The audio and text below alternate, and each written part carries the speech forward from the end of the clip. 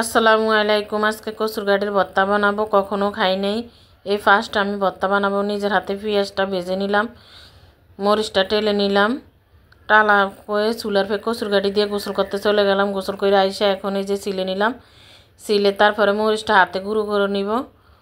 ভাবছি হাতেই ডইলে বানাবো, ওইটা লাগবে না, বাটুনি পরে দেই না, বাটুনি দিয়ে ডলা লাগবো, ইয়াগুলা গরম হাতে লাগিয়ে গেছে, এই জন্য আবার ওইটা দিয়ে দিছি। আর কিছু দিয়েই একটু গোটা গোটা রয়ে গেছে, এই জন্য ডলা দিলাম। আটালো ভর্তাগুলো খেতে সত্যি অনেক মজা হয়েছে, কচুর গাঠির ভর্তা অনেক মজা। এই যে পেঁয়াজ দিয়েছি, আমি পেঁয়াজটা ভেজে নিয়েছি, কাঁচও বানানো যায়, কিন্তু আমি একটু রসুন দিছি, পেঁয়াজ দিছি টেলে। ভর্তাটা আমার তো সেই রকম মজা লাগছে। আলুর ভর্তাও বানাইছি, কচুর গাঠির একটু সরষের তেল দিয়ে দিব, একদম সংক্ষেপে, অত সময় লাগে না ভর্তা বানাইতে।